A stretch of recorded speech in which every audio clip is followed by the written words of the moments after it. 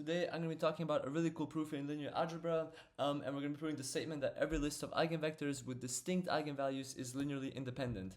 And now that this is the proof for this is really cool, and has also a lot of implications a little later on. But first of all, the statement itself might not be completely apparent. Why would eigenvectors with distinct eigenvalues have to be linearly independent? But if we actually think about it geometrically a little bit, we can actually get some intuition behind it and see why it should be true. And then we're going to see in the proof actually how why exactly it has to be true. But first of all, as a small recap and as a small intuition, let's imagine we have a linear transformation T. And that transformation, of course, we can have a matrix which represents this linear transformation. And then if we apply this matrix, to a vector v, if AV equals lambda v, so basically, if applying this vector v, we'll have the same effect as only scaling our vector v by a certain scalar, a certain value. So this is just a number in our field f, so it can be 1, 2, 3, 0.5. If applying this matrix to a vector v has the same effect as only scaling v by by changing v by a scalar, that means v has to be an eigenvalue of this linear transformation.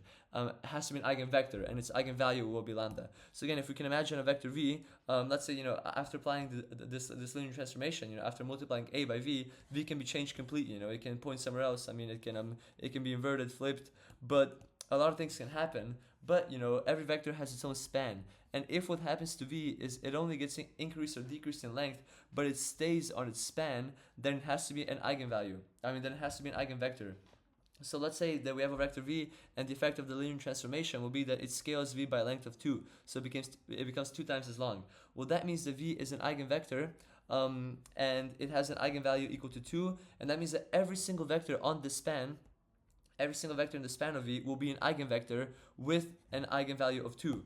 So we have this will be an eigenspace. This will be a 1D eigenspace, and every single vector here will be an eigenvector, and they'll have an eigenvalue of 2. And now let's say we have a different if we had a different vector in our transformation, let's say pointing this way, maybe applying a to it is gonna change it somewhere completely differently. But let's imagine we have another special vector which is again an eigenvector. So a will only scale this vector, and let's say it will increase its length by 3. So this is a vector v2, and after applying a, let's say it will become 3 times as long. So this will be the changed v2. Well, then this is another eigenspace. The span of this vector v2. This is another eigenspace, and this eigenspace has an eigenvalue of 3. And again, every vector here will be an eigenvector with eigenvalue of 3.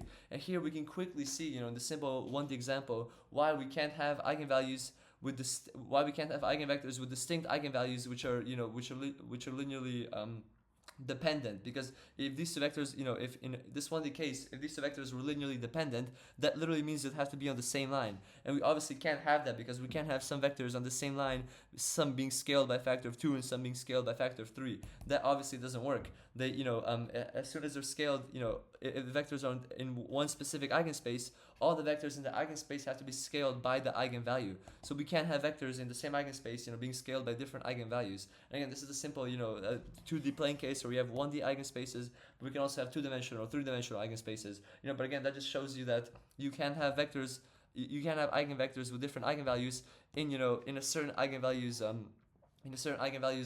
eigenspace, because then you don't know by which eigenvalue you scale it by. So I hope that kind of makes sense. The why they can't be why eigenvectors with distinct eigenvalues can be in the same eigenspace, so they can be linearly dependent.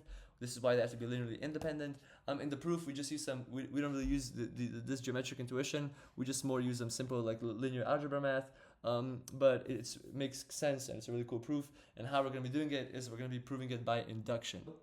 What we're going to say is we're going to have the statement pk, or basically our statement is going to be that any list of k eigenvectors, I'm not going to write everything else because it's going to take too long, but every list of k eigenvectors with distinct eigenvalues is linearly independent. And how induction works. First, we have to prove it for n equals 1, or for p1.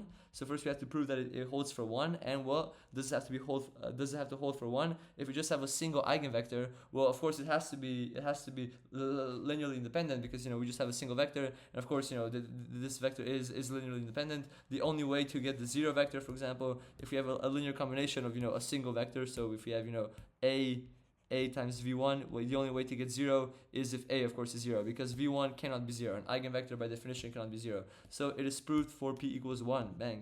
And then if we assume it's true for pk minus 1, so pk minus 1, we assume it's true. So basically we assume that if we have a list of k minus 1 eigenvectors with distinct eigenvalues, then they have to be linearly independent, and all we have to prove it is for pk now. So if we had another vector with a distinct eigenvalue, will this list be linearly independent? And of course, if you want to say like, why is this enough? Well, again, if we prove it for 1, and if we prove it for, for k plus 1, or if we prove it for k by assuming k minus 1 is true, then again, we proved it for 1, so that means, if for k is 2, if we prove it for 1, that means it also has to hold for 2, because if our k is 2, 2 minus 1, we assume it's true, so p1 holds, and that means p2 has to hold. And if p2 holds, then again we prove it for the next one, then p3 has to hold and p4 has to hold, because the next one, if you prove it for the nth one, n plus 1 always has to hold. So and if 1 is true, and if you assume that the next one must always hold, then 2 has to be true, and 3 has to be true, and 4 has to be true. So any list of eigenvectors with distinct eigenvalues has to be linearly independent. That's how induction works. That's the whole magic of the proof by induction. So how do we prove it for pk if we assume pk minus 1 is true? Well, we have these vectors. For this one, when I just said I assumed it's true, that means we have this list vk minus 1, and these are all linearly independent.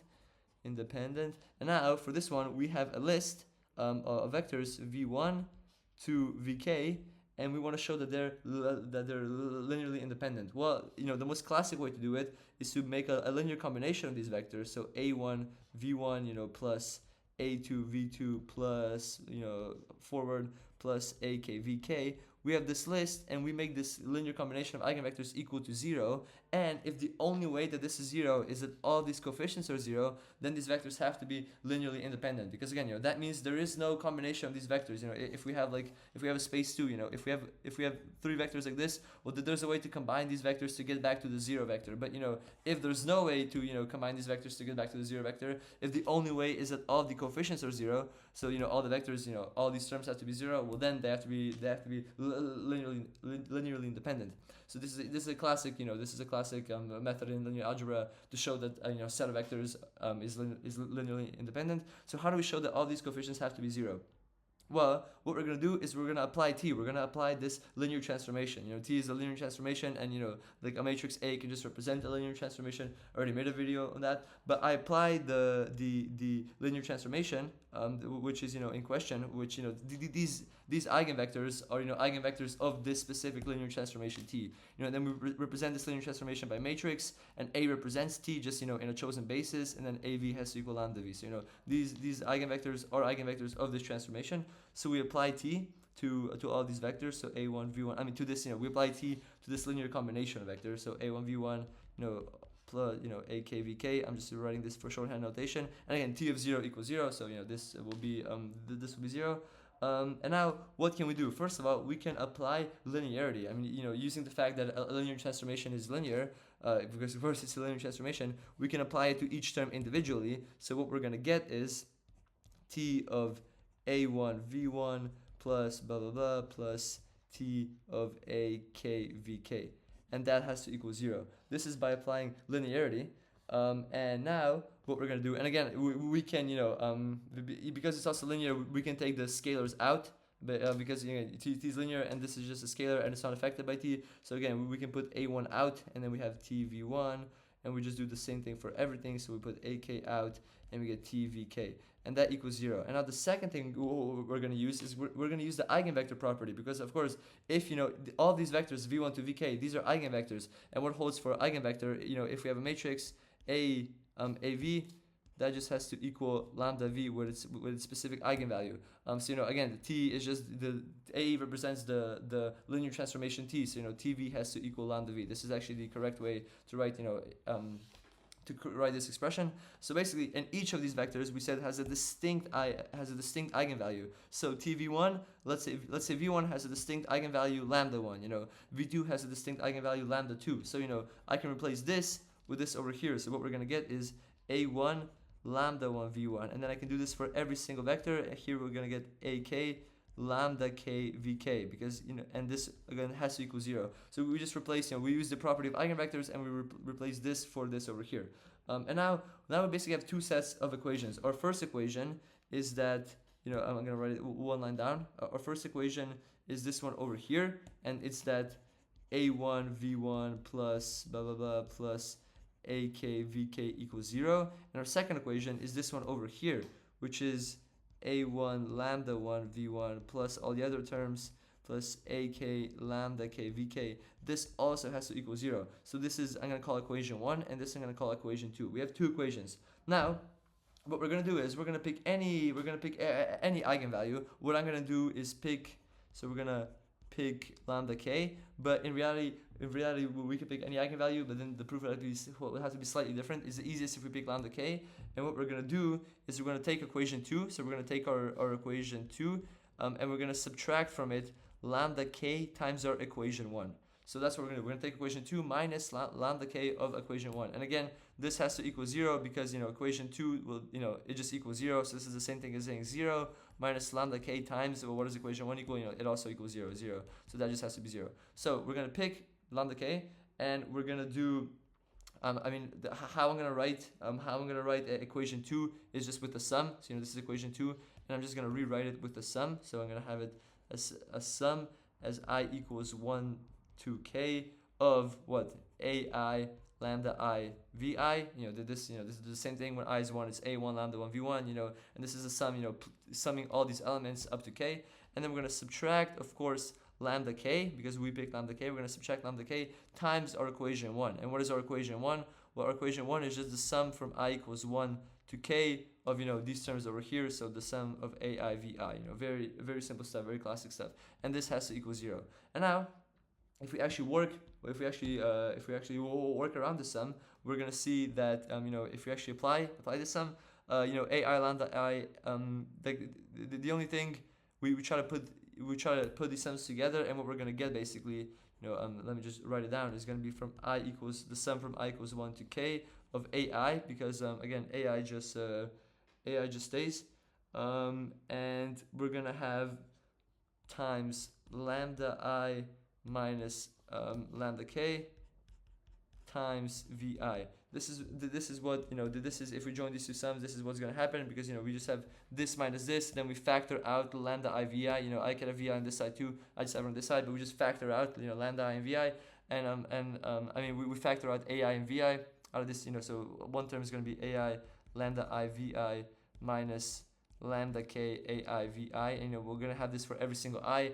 Then we just factor out lambda I vi, and what we're left with is lambda I minus lambda k. And I just put the vi over here. And then, so we sum through every term of this, and what we get is this over here. And now what we notice, the special thing is when I equals k, so I is going to go from 1, 2, 3, 4, 5, 6 up to k, but when I will be equal to k, this lambda I will equal to lambda k, and obviously lambda k minus lambda k is 0. So when we sum, from I, so when we're on the kth sum, this thing will be 0, so this whole thing will be 0. So, the final value doesn't really add to anything. We're going to have some values here, we're going to have some values like, x plus y plus z, and then the final kth value will just be 0. If this equals 0, this last value doesn't help us. It's like it's not there. So this sum will be exactly the same as the sum from I equals 1 to k minus 1 of ai lambda I minus lambda k vi.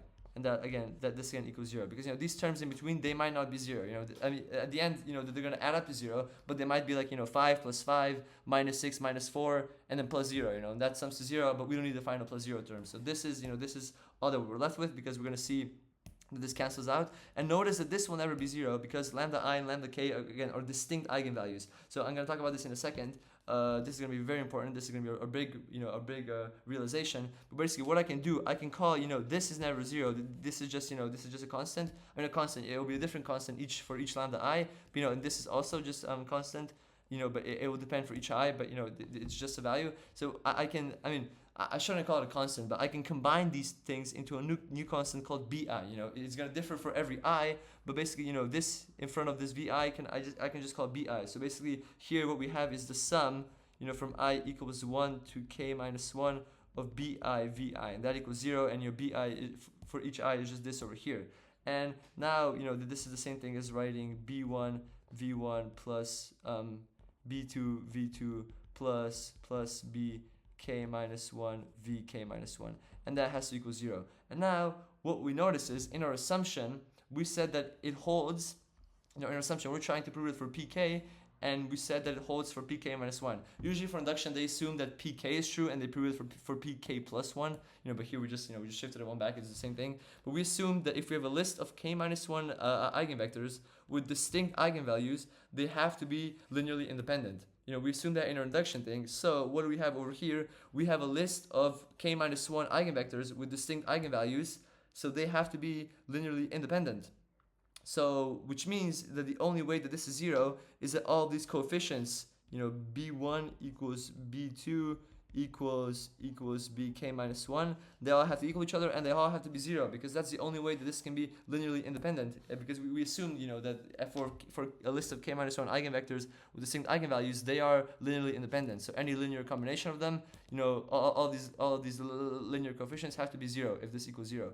And what we saw is, we said that bi equals ai lambda I minus lambda k, and notice this over here will never be 0, because these, we said that the eigenvalues are distinct. Each eigenvector has a distinct eigenvalue, so that's the cool realization. This can never be 0, they can never be equal. So if bi equals 0, that means ai has to be equal to 0, which means we just showed that every ai, a1 has to equal a2, has to equal boom, has to equal ak minus 1. They all have to equal each other and they all have to be 0, because these b's have to be 0, so this ai's also have to be 0 up to ak minus 1. So we're almost done with the proof, but again we are missing something, because you say, yeah, okay, all of these a's are 0, but we haven't showed that ak has to equal to 0. So let's go back to our expression. We were working with the expression a1 v1 plus boom plus ak minus 1 v k minus 1 plus akvk. We said if we want this to be equal to 0, we want to show that the only way that this is true is that all these coefficients have to be 0. We showed that all these coefficients over here have to be 0. So a1 up to ak, we say that these have to be 0, so this will just equal 0. So all we're left with is akvk equals 0. And again, vk is an eigenvector, and an eigenvector by definition cannot be equal to 0. So if we want this to equal to 0, also ak has to equal to 0. And that is so clean, everything works out. So what we showed is that a1 equals a2 equals ak, and it all equals 0. So we just showed that if we have a linear combination of k distinct eigenvectors, of k eigenvectors with distinct eigenvalues, then the linear coefficients, the only way, if we add them into a linear combination and make it equal to 0, the only way that this can be 0 is the only linear combination that allows us to do this is the trivial one, which means all of the scalar coefficients have to be 0, which means that they have to be all linearly independent. So we proved it for pk, and our induction is complete because we showed it's true for p1, and if we assume that the one before is true, then the next one has to be true. So by this we know that p2 has to be true and p3 has to be true, so it all has to be true. This is proved by induction. Bang, we're finished, and thank you for watching.